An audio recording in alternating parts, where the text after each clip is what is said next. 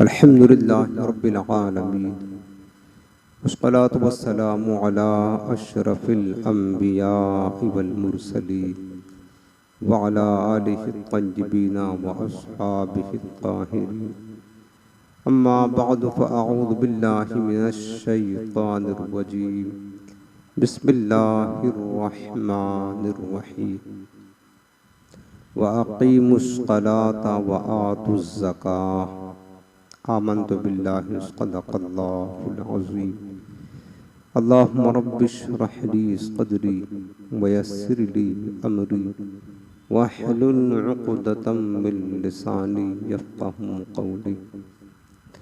रसूल रहमत, मालिक जन्नत, शफ़ीए उम्मत, सरापा जुदो सखावत, बाइसे खैर व बरकत सल्लल्लाहु तआला अलैहि व आलिहि वसल्लम इरशाद फरमाते हैं, जब दो मुसलमान आपस में मिले और मुसाफहा करें और नबी करीम सल्लल्लाहु अलैहि वसल्लम की बारगाह में दुरूद पाक पढ़ें तो दोनों के जुदा होने से पहले उनके अगले और पिछले गुनाह बख्श दिए जाते हैं। सुभान अल्लाह। लिहाजा जब आप मुसलमानों से मुसाफहा किया करें तो उस वक़्त कोशिश ये किया करें कि हुजूर अलैहिस्सलाम की बारगाह में दुरूद पाक पढ़ा करें। और मुसाफा करते वक्त की दुआ भी है, यग़फ़िरुल्लाहु लना व लकुम, ये भी पढ़ लें। वरना अगर ये दुआ ना याद हो तो कम अज़ कम दुरूद पाक आप ज़रूर पढ़ लिया करें। आज निहायत ही मोहब्बत के साथ दिल लगाकर गुंबद खज़रा का पुरनूर तसव्वुर अपने ज़हन व फ़िक्र में बसाकर आँखों को बंद करके सरों को झुकाकर निहायत ही ताज़ीम व अदब के साथ रहमत आलम सल्लल्लाहु अलैहि वसल्लम की बारगाह में दुरूद व सलाम का नजराना पेश करें। अल्लाहुम्मा सल्लि अला सय्यिदिना व शफ़ीइना व करीमिना व नबिय्यिना व मौलाना मुहम्मदिन व अला आलिहि व अस्हाबिहि व बारिक वसल्लम।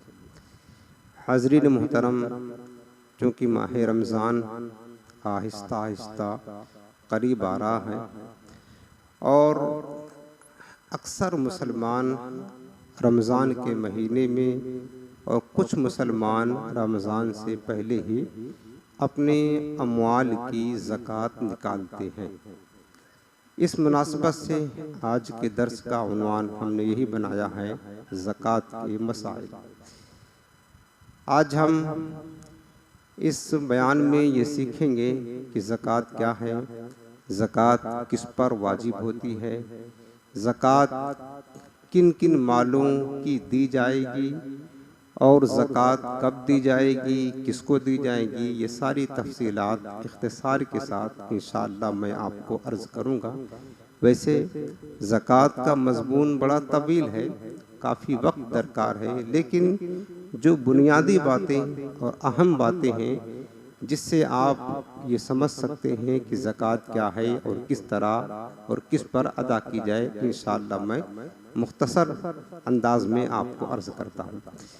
देखें, आप ये ना समझें कि यार हमारे पास तो माल नहीं है, लिहाजा ये मसाइल जानना हमारे लिए कोई इतना अहम नहीं है। अहम सबके लिए है। आज आपके पास माल नहीं है, अल्लाह रब्बुल आलमीन फजल फरमाएगा, कल आपके पास माल हो जाएगा तो कम अज़ कम मसाइल तो आपको मालूम रहेंगे। जब आपको ज़कात के मसाइल मालूम रहेंगे तो शरई तौर पर अपने माल की सही तरीके से ज़कात आप अदा कर सकते हैं। और अगर मसाइल ही नहीं पता हों तो फिर किस तरीके से अदा करेंगे ज़कात। तो लिहाजा आज आप ये सीख लें और इसको हमेशा अपने जहन में महफूज रखें कि ज़कात किस तरह, किस पर, किस अंदाज में वाजिब होती है।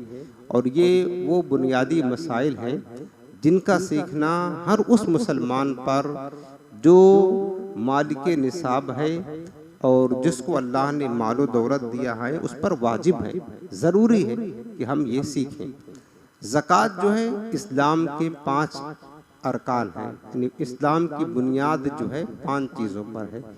एक तो कलमे शहादत है, दूसरी चीज़ नमाज, तीसरा रोज़ा, चौथा ज़कात और 5वीं चीज़ हज है। ठीक, ज़कात जो है ना ये माली इबादत है। जिस तरीके से नमाज फ़र्ज़ है, नमाज जिस्मानी इबादत है, रोज़ा ये भी फ़र्ज़ है, इस्लाम की बुनियाद है, ये भी जिस्मानी इबादत है। हज ये जिस्मानी और माली दोनों इबादत है।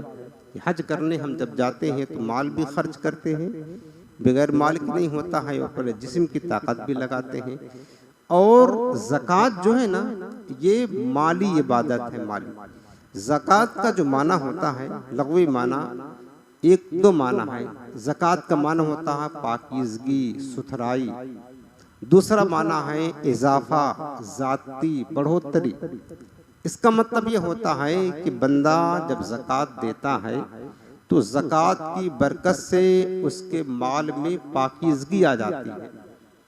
और दूसरी बरकत की मिलती है ज़कात की, कि ज़कात की बरकत से उसके माल में इजाफा होता है, उसके माल में बढ़ोतरी होती है, ज़ाती होती है। ये ज़कात की फजीलत और फैज़ान है।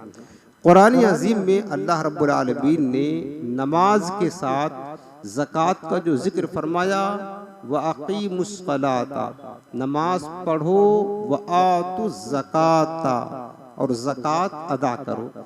नमाज के साथ जहाँ पर ज़कात का जिक्र आया तकरीबन 32 मकाम पर, और इसके अलावा जो सिर्फ ज़कात का जिक्र है वो और है। और अहदीस मुबारका में ज़कात का कसरत के साथ जिक्र है। गोया कि ज़कात इस्लाम की एक बुनियाद है, इस्लाम की जड़ है। और हदीस पाक में है, मेरे आका मदीने वाले मुस्तफ़ा सल्लल्लाहु अलैहि वसल्लम ने इरशाद फरमाया है कि अल्लाह रब्बुल आलमीन ने इस्लाम में तुम पर 4 चीज़ें फ़र्ज़ की। इस्लाम में मुसलमान होने के बाद अगर इनमें से 3 करोगे, 3 अदा करोगे, एक छोड़ दोगे तो कुछ भी काम ना आएगा। एक नमाज फ़र्ज़ किया, दूसरा रोज़ा फ़र्ज़ किया, तीसरा हज फ़र्ज़ किया, चौथा ज़कात फ़र्ज़ किया।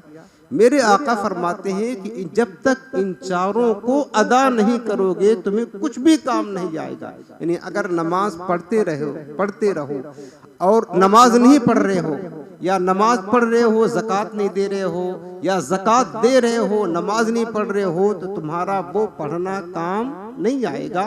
हुजूर ने फरमाया है जब तक कि चारों ना अदा किया जाए तुम्हें कुछ काम नहीं देगा।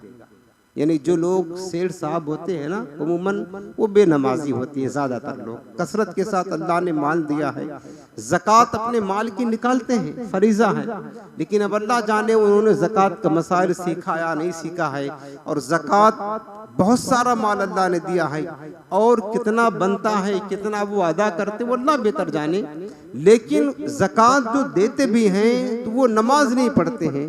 तो मेरे आका ने क्या फरमाया है कि अगर 4 फराइज़ में से 3 पर अमल करोगे, एक छोड़ दोगे, तो अल्लाह ताला तुम्हारा कोई भी कबूल नहीं करेगा जब तक कि चारों ना अदा करो।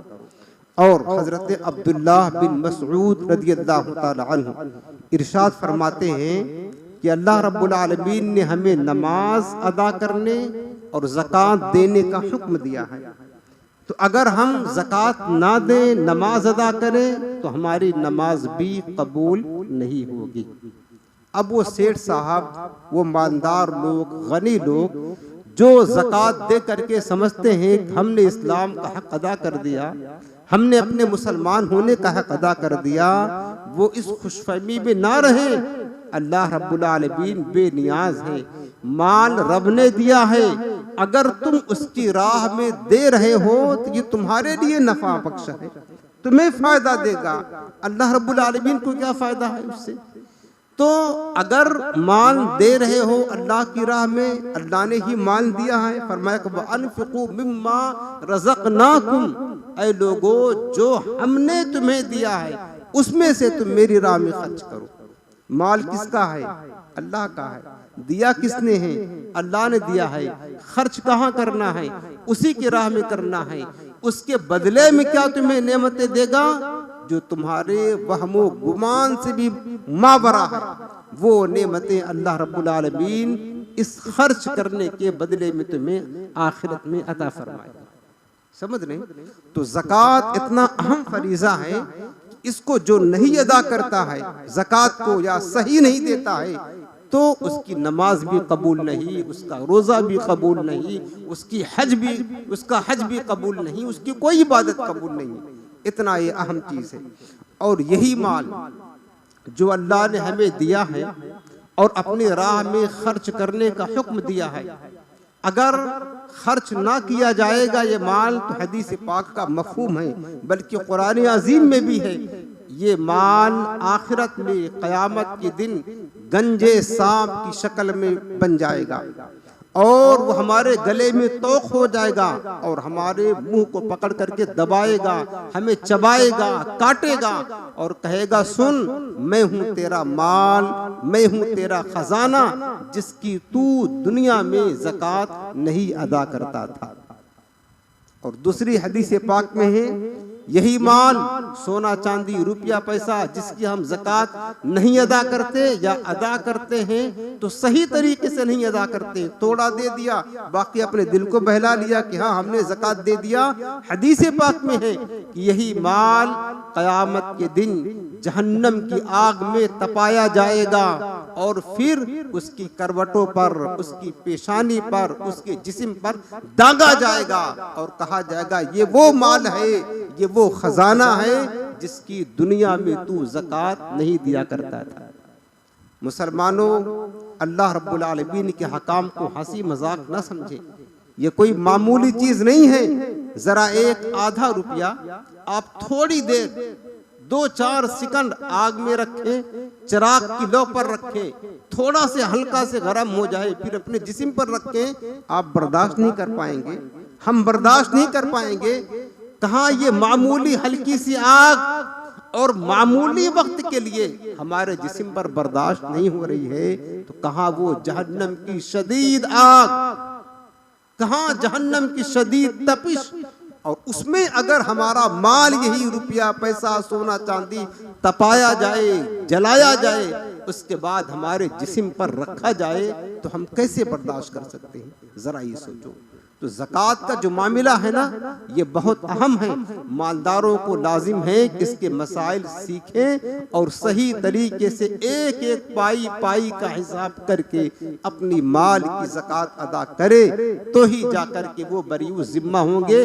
वरना अगर ज़कात अल्लाह ने मान दिया है, ज़कात बनती है ज़्यादा और हमने थोड़ा बहुत अदा करके छुट्टी ले लिया कि हमने ज़कात दे दिया, दिल बहला दिया, हालांकि ज़कात और बनती थी, हमने और ना दिया, मुकम्मल ना दिया, तो फिर याद रखना, अगर हमने सब दिया, मसलन 1 लाख रुपया ज़कात हमारी बनती थी, हमने 1 लाख में 1 रुपया रोक लिया अपनी नादानी जिहालत की वजह से और बाकी सब अदा कर दिया, वही 1 रुपया जिसकी ज़कात बाकी रह गई, वही हमारे लिए आखिरत में वबाले जान बन जाएगा और हमें सजा का हकदार बना सकता है। लिहाजा ये मसाइल आप सीख ले।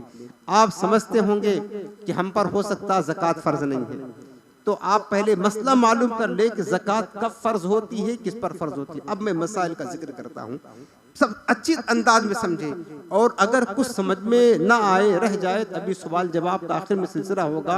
आप बिला झिझक माइक लेकर के हमसे पूछ लेना, और अगर आप शर्माते हो तो आप तन्हाई में पूछ लेना, जैसे आपकी मर्जी हो, लेकिन पूछ जरूर लेना ताकि कोई शुबहा बाकी ना रहे। ज़कात सबसे पहली चीज है, किस पर फर्ज होती है। देखें, ज़कात फर्ज होने के लिए कुछ शराइत है। जिस तरीके से नमाज की शराइत होती हैं, इसी तरीके से ज़कात फर्ज होने के लिए कुछ शराइत हैं। पहली चीज ये है, ज़कात मुसलमान आकिल बालिग पर फर्ज होती है, काफिर पर ज़कात फर्ज नहीं है। इसी तरह नाबालिग जो जिसकी मिल्कियत में करोड़ों रुपए क्यों ना हो, लेकिन अगर वो नाबालिग है तो उस पर ज़कात फर्ज नहीं होती है, न उस पर होती है न उसकी तरफ से उसके माँ बाप पर होती है, किसी पर नहीं होती है। और नाबालिग कब तक होता है? शरीयत की नज़र में नाबालिग उसको कहते हैं कि लड़का अगर है तो 12 साल से पहले की जो उम्र है वो नाबालिग है। यानी बालिग बंदा कब होता है? लड़के के लिए बालिग होने की उम्र 12 से 15 साल है। 12 से 15 साल के दरमियान में अगर बुलूगत के कोई आसार जाहिर हो गए तो वो बालिग हो जाएगा। और 15 साल हो गया इस्लामी साल के एतबार से, अगरचे बुलूगत के आसार जाहिर न हुए फिर भी लड़का बालिग हो जाएगा। लड़की के लिए शरीयत ने रखा है बालिग होने की उम्र वो है 9 साल से 15 साल की उम्र। यानी 9 साल से लेकर के 15 साल के दरमियान अगर लड़की के लिए बुलूगत के कुछ आसार जैसे हैज वगैरह उसको आ गए तो वो बालिग हो जाएगी। और 15 साल गुजर गए, कुछ आसार बुलूगत के जाहिर न हुए तो 15 साल के बाद शरीयत की नजर में वो बालिगा हो जाती है। ठीक, तो नाबालिग पर ज़कात नहीं है, बालिग पर ज़कात है। आकिल जो मजनून पागल दीवाना जो होते जिनकी अकल सलामत नहीं होती है उन पर भी ज़कात फ़र्ज नहीं होती है। इसी तरीके से मुसलमान पर ज़कात फ़र्ज है। दूसरी चीज़, ज़कात के फ़र्ज होने के लिए एक शर्त यह है कि मालिके निसाब हो। अब यहाँ ये देखना है कि मालिके निसाब किसे कहते हैं, इसको अच्छी तरीके से आप समझ रहे हैं, आपको बहुत काम आएगा। मालिके निसाब किसे कहते हैं? मालिके निसाब या साहिबे निसाब दोनों एक ही चीज़ है। शरीयत की नज़र में उसको कहते हैं कि जिसके पास हाजत असलिया से जायद। अब हाजत असलिया क्या है वो पहले समझ रहे। हाजत असलिया कहते हैं कि इंसान को जिंदगी में जो चीज़ें ज़रूरत में आती हैं, जिन चीज़ों की ज़रूरत होती है, जिनके बगैर गुजारा मुश्किल होता है, दुश्वार होता है, उसको हाजत असलिया कहा जाता है। जैसे मकान रहने के लिए, चलने के लिए गाड़ी है, और क्या कहते हैं पहनने के कपड़े हैं। इसी तरीके से घर के अंदर जो सामान है, बर्तन है, वॉशिंग मशीन है, फ्रीज है, एसी है, ये सारी चीज़ें जो है ना, ये जो हमारी ज़िंदगी में ज़रूरत पेश आती है उनको हाजत असलिया कहा जाता है। ठीक है ना। मोबाइल फ़ोन, घड़ी वगैरह, इसकी भी ज़रूरत पेश आती है इंसान को, ये भी हाजत असलिया में शामिल होगी। यानी हमारी ज़िंदगी में जिन चीज़ों की ज़रूरत पेश आती है और जिनके बगैर गुजारा मुश्किल होता है उनको हाजत असलिया कहते हैं। अब आप देख लें कि क्या क्या चीज़ें हमारे ज़िंदगी में ज़रूरत पेश आती हैं, वो हाजत असलिया में शामिल हो गई। अब उस हाजत असलिया के बाद मज़ीद आपके पास इतना माल है, हाजत असलिया से ज़ायद इतना माल है, चाहे वो सोना हो या चांदी हो या माल तिजारत हो या क्या कहते हैं कि माल तिजारत हो या रुपया पैसा करेंसी नोट हो, कोई भी हो, अगर इतना है जिनकी मालियत 52.5 तोला चांदी की मिकदार बन जाती है, 52.5 तोला चांदी।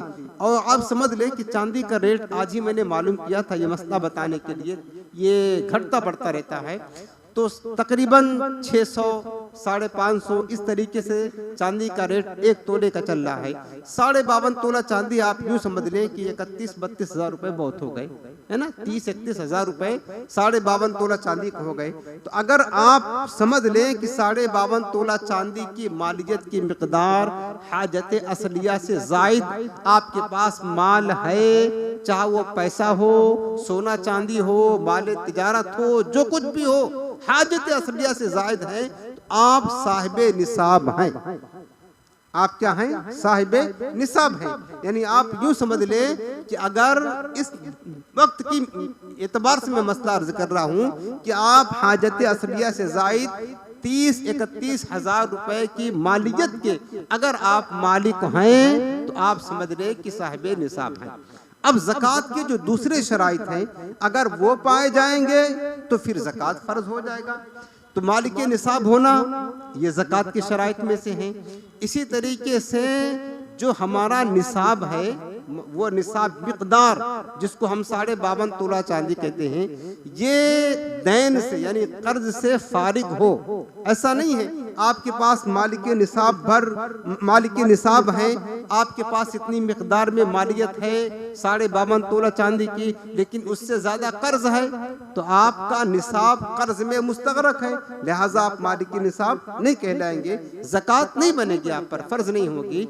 तो कर्ज भी आपके पास ना हो या कर्ज हो और कर्ज निकालने के बाद फिर इतना 52.5 तोला चांदी की मिकदार अगर आपके पास मालियत बनती है, आप उसके मालिक हैं, तो फिर और भी शराइत पाए जाएंगे, तो ज़कात जा करके फर्ज होती है। तो फिर आप यूँ समझ लें कि मालिक निसाब हो, इसी तरीके से कि वो निसाब दैन से यानी कर्ज से फारिग हो और हाजत असलिया से जायद हो और 1 साल गुजर जाए निसाब पर, तो फिर आप पर ज़कात फर्ज हो जाएगी। साल का पूरा होना जरूरी है। अच्छा, साल का पूरा होना, जितना आपके पास माल है उस पर नहीं, सब पर नहीं, बल्कि जो निसाब है ना 52.5 तोला चांदी की मिकदार, अगर इस पर साल पूरा हो गया तो फिर आप पर ज़कात देना लाजिम और फर्ज हो जाएगा।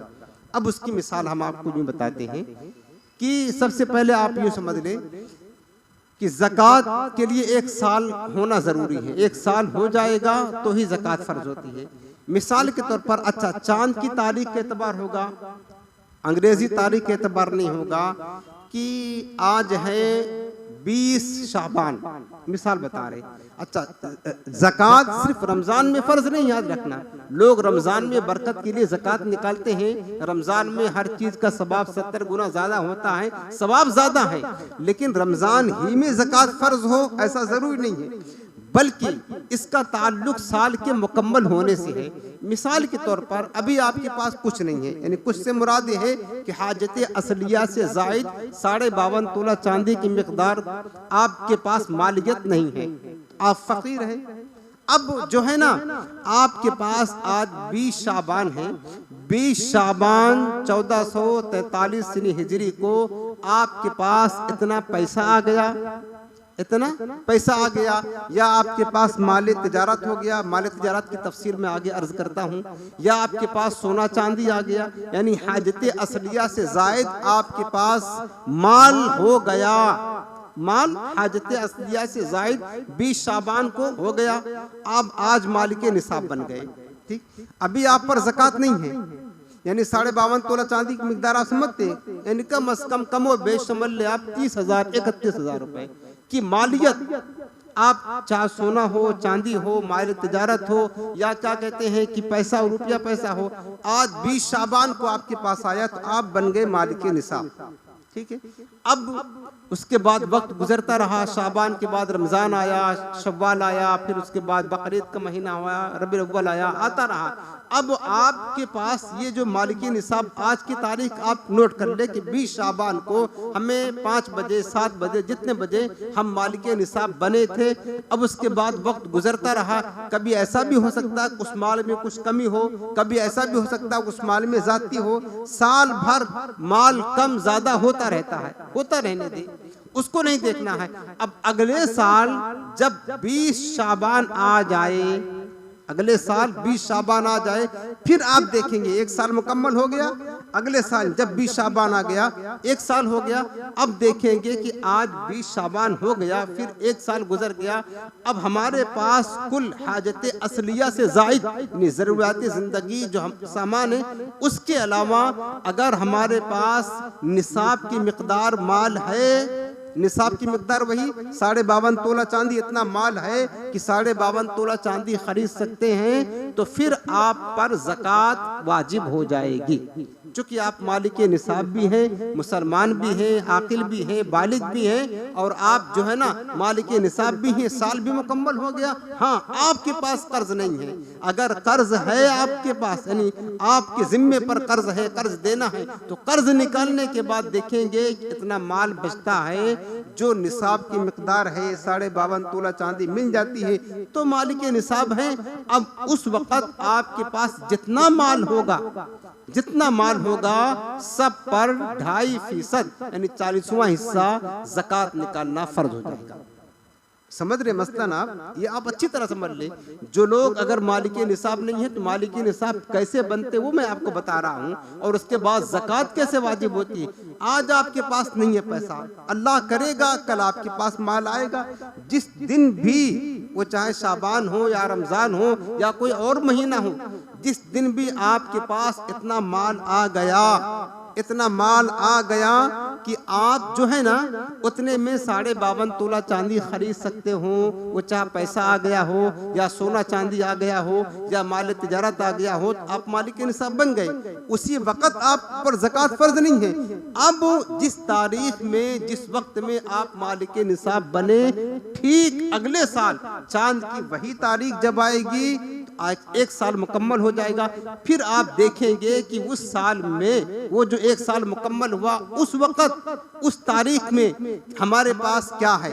अगर निसाब की मिकदार आपके पास है, माल निसाब की मिकदार है, कर्ज वगैरह नहीं है, या कर्ज है लेकिन कर्ज अदा करने के बाद फिर भी इतना माल बनता है कि 52.5 तोला चांदी खरीद सकते हैं, तो मालिक निसाब है, फिर ज़कात क्या होगा? वाजिब हो जाएगा।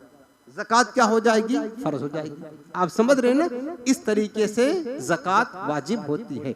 दूसरी चीज एक बात और बता दें, यहाँ लोग हमसे मसला ये पूछते हैं कि बाज़ औक़ात क्या होता है, जैसे कि लोग रमज़ान में ज़कात निकालते हैं, ठीक है ना। अब क्या होता है कि रमज़ान में कुछ माल होता है, उसके बाद इंसान कमाता है, माल बढ़ता जाता है, कुछ और ख़रीदता है, कुछ और ख़रीदता है। रमज़ान आने से पहले मतलब अभी रमज़ान में ज़कात निकालना है, शाबान में या शाबान से पहले कुछ उसके पास ज़्यादा माल आ गया, सोना चांदी आ गया। अब लोग मसला क्या पूछते हैं कि हज़रत इस माल पर तो एक साल गुजरा नहीं है, इस माल पर एक साल गुजरा नहीं है, क्या हम उसकी ज़कात दें या ना दें? तो ये बात याद रखना कि हर माल पर साल गुजरना जरूरी नहीं है, बल्कि निसाब की जो मिकदार है ना, 52.5 तोला चांदी की मिकदार, इसको निसाब बोलते हैं। इस निसाब पर साल गुजरना जरूरी है। इस निसाब पर मिसाल आप यूँ समझ लें, आपको मैं अच्छी तरह समझा दे रहा हूँ। जैसे कि आज शाबान है, 20 तारीख है ना, आज आपके पास 32,000 रुपए आ गए, हाजत असलिया से ज़ायद मालिक निसाब बन गए। उसके बाद फिर वक्त गुजरता रहा, रमज़ान आया, फिर शव्वाल आया, फिर ज़िलक़ादा आया, ज़िलहिज्जा आया, आ रहा है, आप कमा रहे हैं तो अल्लाह ताला बरकत दे रहा है। आपके पास आज 32,000 है, उसके बाद 2-4 महीने के बाद 50,000 आपके पास आ गए, उसके बाद 3-4 महीने के बाद 1 लाख रुपए हो गए। फिर उसके बाद शाबान जब आया ना, तो शाबान आने से पहले आपके पास 5 लाख रुपए हो गए। अल्लाह ने दे दिया, बरकत दी, होता है। तो अब देखें कि शाबान आने से पहले हत्ता कि जिस 20 तारीख में आप मालिक निसाब बने थे, उस 20 तारीख से एक दिन पहले भी आपके पास 2 लाख रुपए आ गए। तो वो 2 लाख रुपए उस पर साल नहीं गुजरा है, आपके पास आए हैं, एक दिन गुजरा है, लेकिन चूंकि साल पूरा होने से पहले आए हैं, तो अगरचे उस पर साल नहीं गुजरा है, लेकिन उस पर भी ज़कात निकालना वाजिब है। सारे माल पर साल गुजरना जरूरी नहीं है, बल्कि निसाब पर साल गुजरना जरूरी है। निसाब क्या है? वो 52.5 तोला चांदी की मिकदार, वो 52.5 तोला चांदी की मिकदार है। यानी आज 20 शाबान है, आज मालिक निसाब बन गए, उसके बाद आपका वक्त गुजरता रहा, महीना गुजरता रहा, कभी माल कम होता है, कभी ज्यादा होता है, कभी आज 32,000 आपके पास है, मालिक निसाब बने, आगे चल करके 25,000 बचा, 20,000 बचा, घाटा हो गया, फिर आगे 2-4 महीने के बाद और बढ़ गया, 2-4 लाख 5 लाख रुपए हो गए। इसी तरह माल घटता रहा, बढ़ता रहा। ये नहीं देखना है, आपको ये देखना है कि अगले साल जो शाबान 20 तारीख आएगी, जिस तारीख में हम मालिक निसाब बनेंगे, हमारा साल मुकम्मल होगा। अगर उस वक्त हमारा निसाब बाकी है, यानी हमारे पास इतनी मालियत है कि 52.5 तोला चांदी खरीद सकते हैं, आप मालिक निसाब हैं, तो आप फिर जितना माल आपके पास है, भले से एक दिन पहले आया हो, वो सब पर ज़कात अदा करेंगे। ठीक है ना। ये आप अच्छी तरह मालिक निसाब का मसला समझ लीजिए। अगर कुछ शुबा हो तो आप बाद में पूछ लीजिएगा। अब आगे बढ़ते हैं। इस तरीके से बंदा मालिक निसाब बनता है और इस तरीके से उस पर ज़कात वाजिब होती है। ये आपकी बहुत काम आएगा जो मैं आपको अर्ज कर रहा हूँ, खासकर उन लोगों के लिए जो अभी मालिक निसाब नहीं है। अल्लाह करेगा कल आप मालिक निसाब बनेंगे, ये मसला फिर आपको बहुत काम आएगा। दूसरी बात मैं एक अर्ज करना चाहता हूँ कि बाज़ औक़ात हमें पता नहीं चलता, जैसे कि कई लोग ऐसे हैं जो हर साल रमज़ान में ज़कात अदा करते हैं और वो तारीख भी फिक्स नहीं किए होते हैं, ठीक है ना। अब उनको पता भी नहीं होता है कि यार हम मतलब कौन सी तारीख में मालिक निसाब बने थे। बस रमज़ान आया, लोग देख रहे हैं कि लोग देते हैं तो ये भी देना शुरू कर देते हैं रमज़ान में, ठीक है ना। तो अब अगर हमें ये पता नहीं है कि हम किस तारीख में, पहले कौन सा दिन था, कौन सी तारीख थी जिस तारीख में हम मालिक निसाब बने थे, 52.5 तोला चांदी की मकदार हमारे पास माल आया था, अब वो याद नहीं है।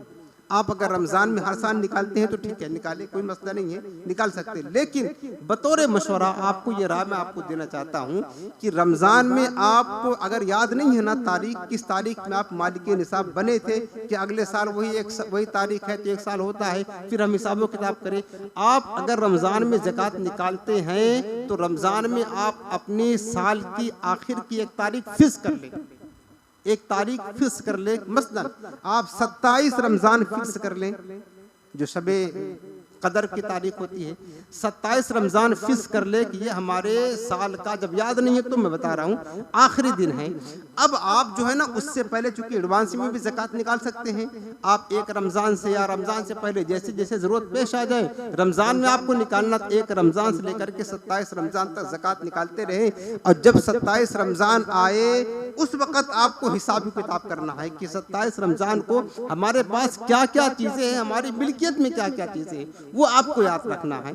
हमारी मिल्कियत में क्या क्या चीज़ें, हमारे पास क्या क्या चीज़ें, हम कितना का मालिक हैं, वो याद रखना है कि हमारे पास सोना कितना है, चांदी कितना है, पैसा कितना है, माल तिजारत कितना है, हमने कितना किसी को कर्ज दिया हुआ है, वो सारी चीज़ें आपको उस 27 तारीख में जोड़ना है, हिसाब करना है। सब जोड़ने के बाद फिर आप ये देखें कि हम किसी की कर्जदार हैं, अगर आप कर्जदार हैं तो कर्जा माइनस करके फिर जो बचता है आप फिर उन तमाम माल पर ज़कात अदा करेंगे। और आपने जो निकाल दिया है, मसलन आपका कुल माल की ज़कात बनती है 15,000 और आपने 10,000 निकाल दिया है 27 रमज़ान से पहले, अब 5,000 बचा है। अब आपका साल मुकम्मल हो गया तो आप 5,000 बिला ताखीर आप निकाल दीजिए।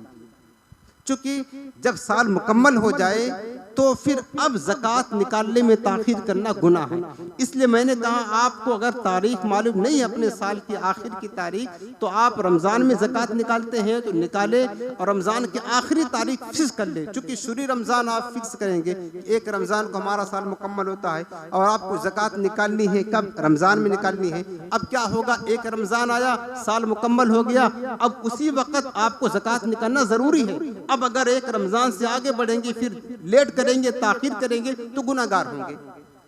तो क्या होंगे, फिर गुनाहगार होंगे कि आप ज़कात निकालने में ताखीर कर रहे हैं। इस वजह से आप ऐसी तारीख फिक्स करें ताकि आपको रमज़ान पूरा मुकम्मल ज़कात निकालने में हो। एडवांस में आप ज़कात निकालते जाएं और जो आपकी साल की आखिरी तारीख फिक्स किया हुआ है आप उस तारीख को हिसाब किताब कर लें, सब जोड़ लें। उसके बाद कितना ज़कात बनती हो और आपने जितना निकाल दिया हो उसको माइनस करके जो बाकी है आप उसको फौरन अदा कर दे। इस तरह ज़कात से आप बरी ज़िम्मा हो जाएंगे। समझ रहे हैं मसला अच्छी तरीके से ना, ये आप कर ले। चूंकि ये बहुत सारे लोगों की प्रॉब्लम है।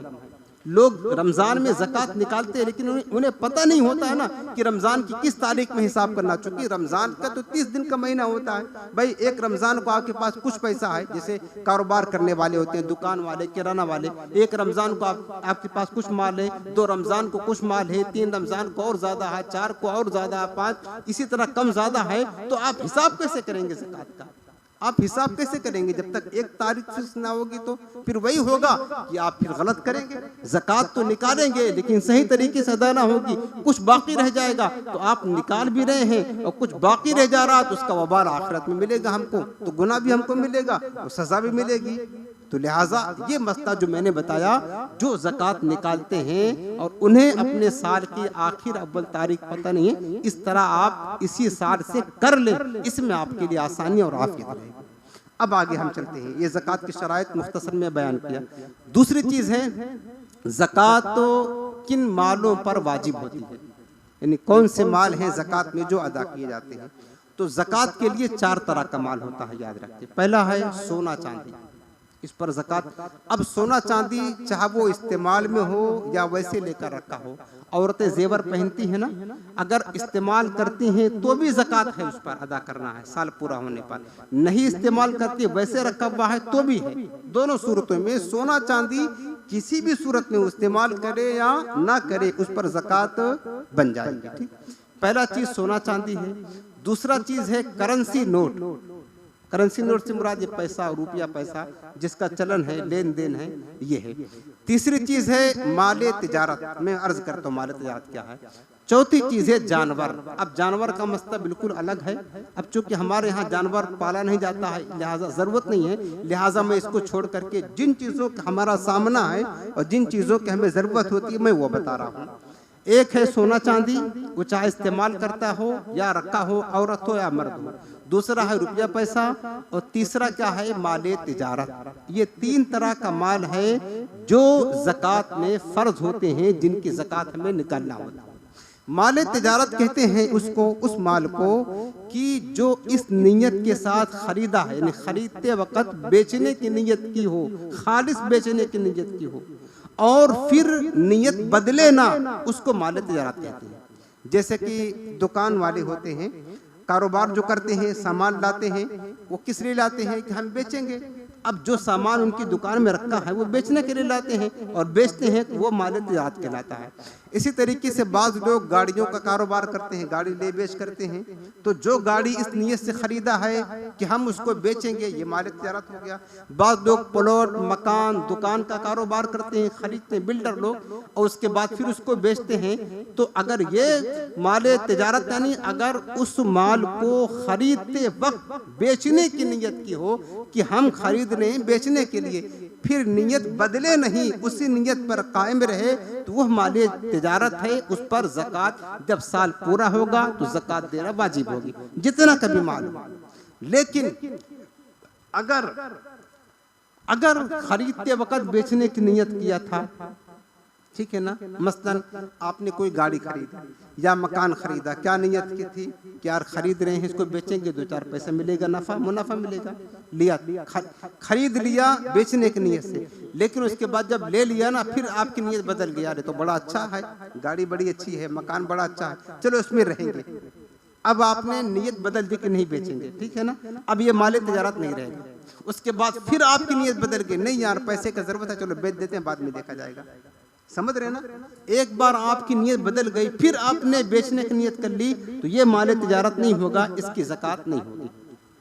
आज लोग मसला हमसे ये पूछते हैं, हज़रत हमारे पास 3 मकान हैं, तो किस पर ज़कात दें? 2 मकान भाड़े पे चढ़ा हुआ है, 1 मकान पे हम रहते हैं, 2-2, 3-3 गाड़ियां हैं, तो हमने ज़मीन लेके रखी हुई है, हमने ये लेकर रखा हुआ। तो देखो मैं आपको उसूल बता दे रहा हूँ, आप अगर उसूल समझ जाएंगे इसका ना, कि माले तिजारत अगर है, माले तिजारत उसको कहते हैं कि जिसको खरीदा है इस नियत के साथ बेचेंगे और वो नियत बाकी हो, बदली ना हो। अगर नियत बदल गई या खालिस बेचने की नियत नहीं है, मसलन खरीदते वक्त चलो यार देख लेते हैं, अगर पैसा अच्छा मिलेगा बेच देंगे वरना रहेंगे, तो खालिस बेचने की नियत नहीं है ना, ये भी माले तिजारत नहीं है। जब माले तिजारत नहीं है तो फिर ज़कात तो उस पर नहीं लगेगी। मसलन किसी के पास 5 मकान है, 10 मकान है, 50 मकान है, दुकानें। अब लोग मसला पूछते हैं कि वो जो हमारे पास 1 मकान तो रहने के लिए काफी है, 15-20 मकान और है जिसको हमने किराया दे करके रखा हुआ, उस पर कैसे ज़कात निकाले? अब आप देखें कि जो मकान हमने किराए पर देकर रखा है वो क्या माले तिजारत है? उसको हमने खरीदा था बेचने के लिए? नहीं, वो तो हमने खरीदा था ताकि किराए पर दे, या हमारे बाप की मीरास में मिला था, किराए पर देने के लिए हमने रखा हुआ है। तो उस माल पर, उस मकान पर भले से 50, 100, सैकड़ों क्यों ना हो, उस पर ज़कात नहीं लगती है। हाँ, जो किराया आ रहा है, नफ़ा आपको मिल रहा है, वो नफ़ा दीगर जो आपके पास माल है और शराइत ज़कात मुकम्मल हो गए तो उसके साथ जुड़ करके वो नफ़ा पर आप ज़कात निकालेंगे, ठीक है ना। लेकिन अगर क्या कहते हैं कि माल तिजारत नहीं है, किसी के पास 5-5 गाड़ियां हैं, अब वो गाड़ी जो लिया है क्या वो बेचने के लिए लिया है कि बेचेगा और नियत उसकी बाकी है? अगर ऐसा है तो माल तिजारत है। जैसे कि जो लोग गाड़ियों का कारोबार करते हैं, ले बेच करते हैं, तो उनकी गाड़ियां माल तिजारत है।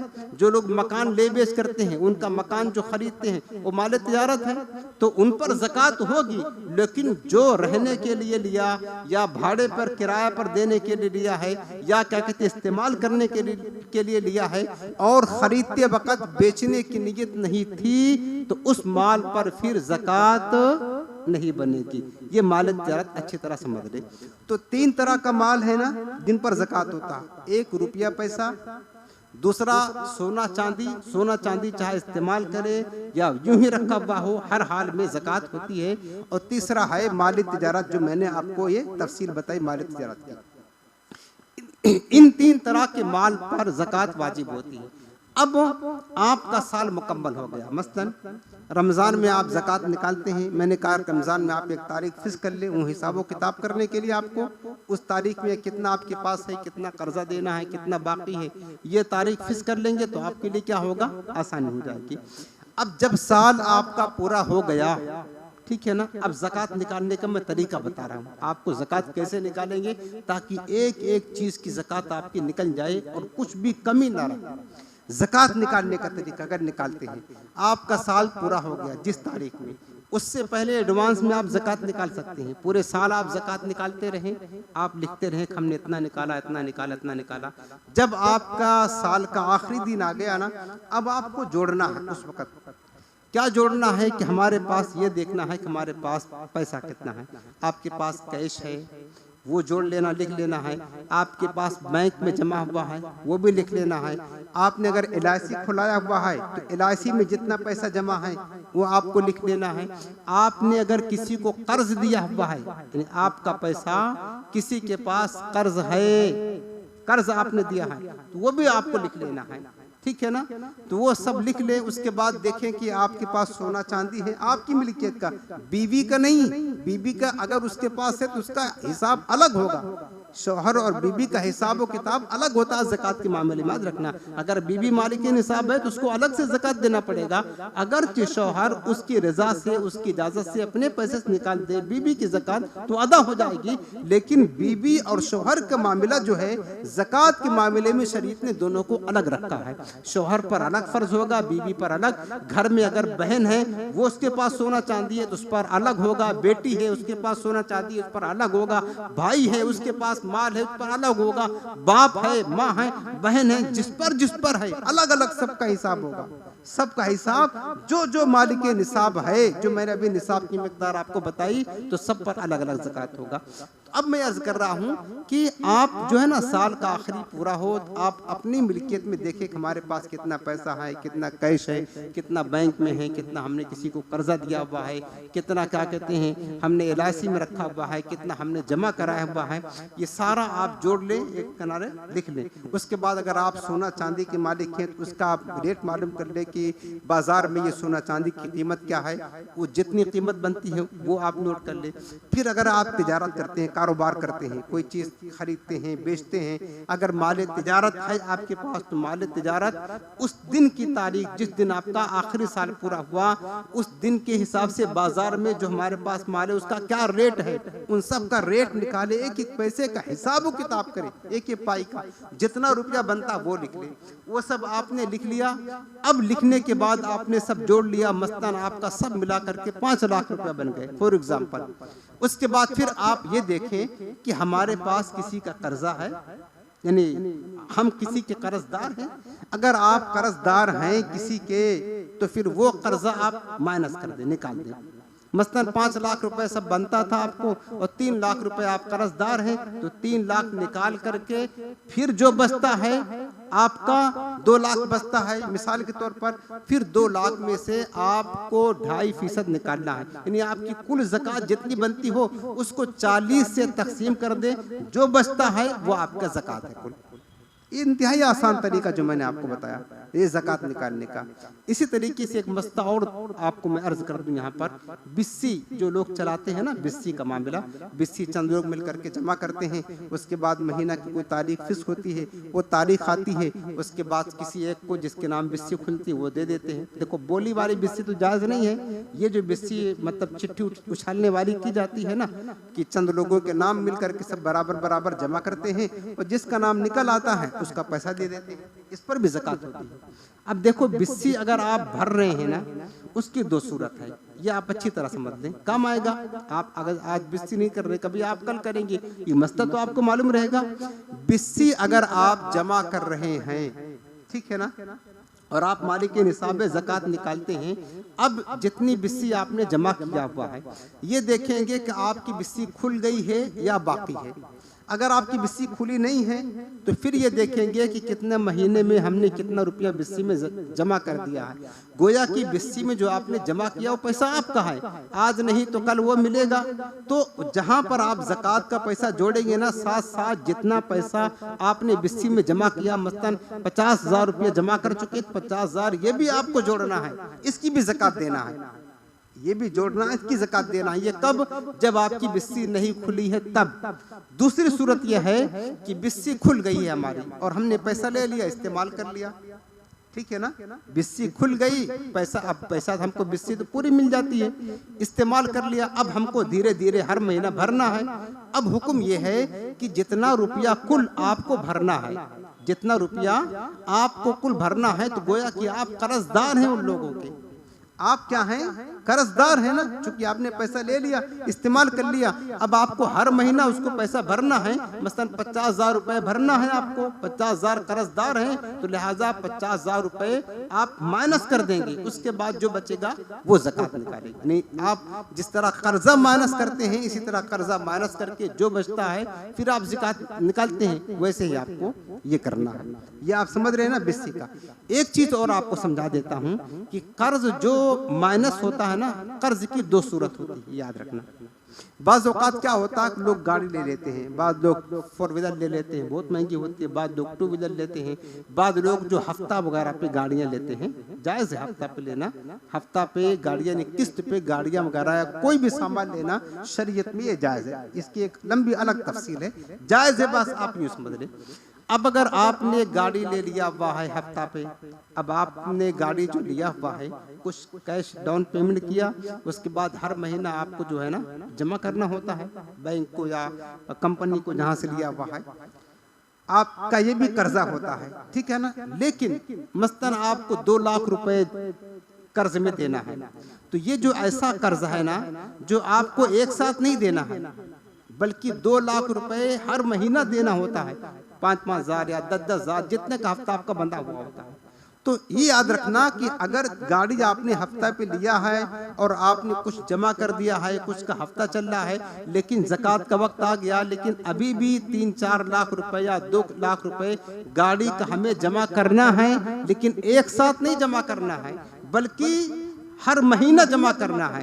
ये होता है मियादी कर्ज। मियादी कर्ज यानी जिसको अदा के लिए एक वक्त मुकर्रर है, ये उस कर्ज को कहते हैं। तो लिहाजा अब जितना आपको पूरा जमा करना है उतना अपने ज़कात मतलब कर्ज में माइनस नहीं करेंगे, बल्कि जिस महीना आप ज़कात दे रहे हैं उस महीना जितना आपको हफ्ता भरना है सिर्फ उतना ही माइनस करेंगे, क्योंकि एक साथ नहीं कर्ज आपको अदा करना है और न मुतालबा कर रहा है कंपनी वाला या बैंक वाला कि हमको एक साथ दो, बल्कि एक एक हफ्ता हर महीना आपको जमा करना होता है। तो अगर 2 लाख रुपए आपका बाकी है और वो हर हफ्ता भरना है तो 2 लाख आपको कर्ज से मानक नहीं करना है, बल्कि जिस महीना आप ज़कात निकाल रहे हैं उस महीना में जो हफ्ता आपको जितना रुपए भरना, मसलन 10,000 भरना है तो सिर्फ 10,000 रुपए कर्जा माइनस करना है, उसके बाद फिर ज़कात निकालनी है। ये मसला आप उम्मीद है कि समझ गए होंगे। तो इस तरीके से इन मालों पर इस तरह कर्ज को माइनस करके ये ज़कात निकालनी जाएगी। वक्त पूरा हो रहा है, अब आखिर में आपको ये बता दे रहा हूँ कि ज़कात किसको दी जाएगी। ये आप सुन ले, बात ख़त्म करता हूँ। वैसे तो ज़कात की लंबी तफसील है, लेकिन मेरे ख्याल से जो बुनियादी चीज़ें हैं वो मैंने आपको समझा दिया है। हो सकता है कि आप समझ गए होंगे। अब ज़कात किसको देना है, तो ये याद रख लें, ज़कात उसको देना होता है जो फ़कीर शरई होता है।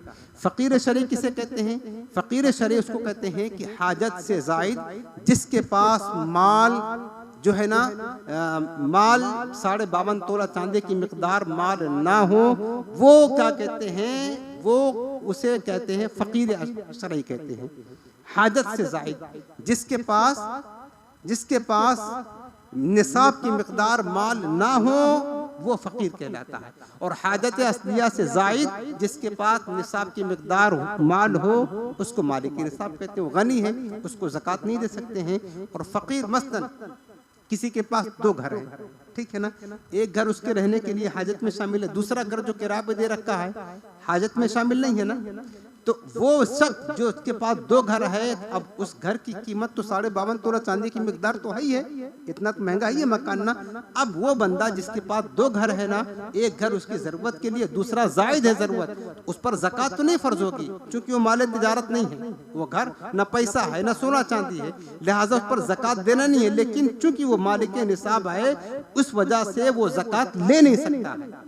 समझ रहे हैं ना, वो मालिक निसाब है, चूंकि उसके पास हाजत से जायद एक मकान है जो निसाब की मिकदार है, 52.5 तोला चांदी की मिकदार है, वो मालिक निसाब है। अगरचे उस पर ज़कात फर्ज नहीं है, क्योंकि जो माल ज़कात में दिया जाता है वो ज़कात वाला माल नहीं है उसके पास। यानी ज़कात जिसकी बनती, जिस पर ज़कात वाजिब होती है, वो माल तिजारत है, सोना है, चांदी है।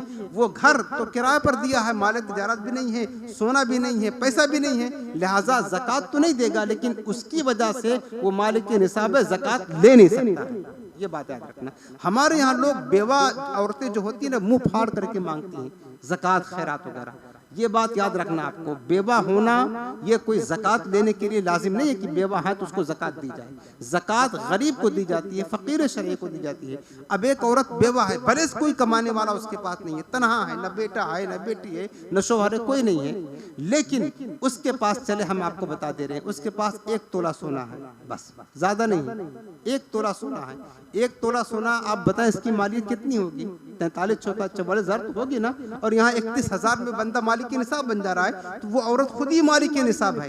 तो अगरचे उस पर ज़कात नहीं वाजिब होगी अगर और शराइत उस पर नहीं पाए जा रहे, लेकिन चूंकि वो मालिक के निसाब है, वो ज़कात ले नहीं सकती है।